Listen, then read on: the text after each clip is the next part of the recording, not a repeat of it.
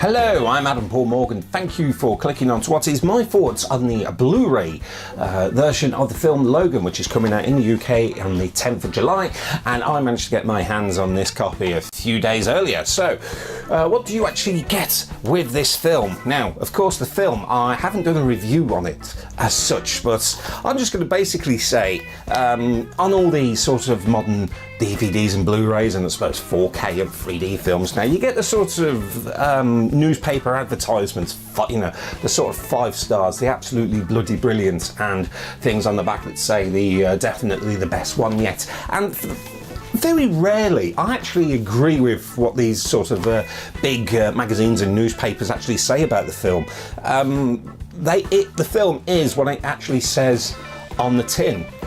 Really, if you're expecting the sort of the futuristic, your big CGI superhero film, you've probably come to the wrong place with this. It's brought down to a more human level as way the characters are going. There's something that was mentioned in the special features of this film, which I'll talk about later on, is the sort of rating of the film. Now, of course, the sort of character of the Wolverine, etc., it's a more darker, it's more sort of grittier. There's 2 words I keep using, darker and grittier, for this in this video there. Call it a drinking game. Every time I mention darker and grittier, have a shot. But basically, with this, and it is mentioned in the film, or in the special features I should say, this is the first X-Men film. In the UK, it's rated 12. Second film, 12. Second film. The third film, yeah, it was rubbish, but again, rated 12. The first of the Wolverine spin-off, 12, but that was rubbish. The Wolverine, I've just realised I got these in the wrong order, doesn't matter, I'm just proving the point here, that was a 12. Days of Future Past, that's a 12. X-Men First Class, see there, 12, there we go. And the latest, a lot of them are in about this, but the point is, that was a 12 as well. Now in the UK, it's a 15. With good reason as well. So if you've got young children and they are big fans of the X-Men films and all that, I would probably watch the film first before showing it to a younger audience, if I'm honest, because I probably wouldn't even show a 10-year-old that film. No way. Too much realistic violence. I think that's the best way to describe it in a sort of superhero film genre. Comic book genre.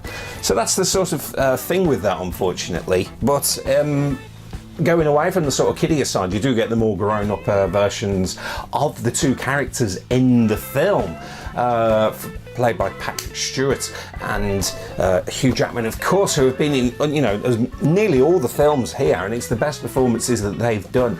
And there's a few F-bombs in it as well, hence the rating being brought up. But going on to what is actually on the special features of the film, now of course you get that cardboard sleeve, a digital copy in the actual film itself, and someone said, why don't you just show the other side of the sleeve once you have used it? I haven't used it in there. That's why I don't show them, because I want to put them on later, because I've literally just finished watching these 5 minutes ago. But you do get the Logan Noir. Now, I've watched the entire film, I've watched the special features, but I've only watched like 1 or 2 key scenes of the Logan Noir version of the film. Now, let me just explain. It's basically the film, but in black and white, and it gives a very much different texture to what is visually seen. It drags the emotions of the film slightly more out. But sort of back to the special features, and the only special feature on the film noir version is the audio commentary by the director James Mangold. But going through what's on the normal theatrical sort of brightly coloured version, let's say more red, shall we say, in the coloured one, as it were. Going through the sort of deleted scenes, there's quite a number of deleted scenes as well, but there's 1 or 2 deleted scenes that just really just a line here, there, that was taken out of the original and added on, particularly one that was completely new, but again, it just slowed the film down and ended up in a deleted scene. Was when Logan gets pulled over by the police officer and gets a ticket. If you watch it, you know what I'm on about.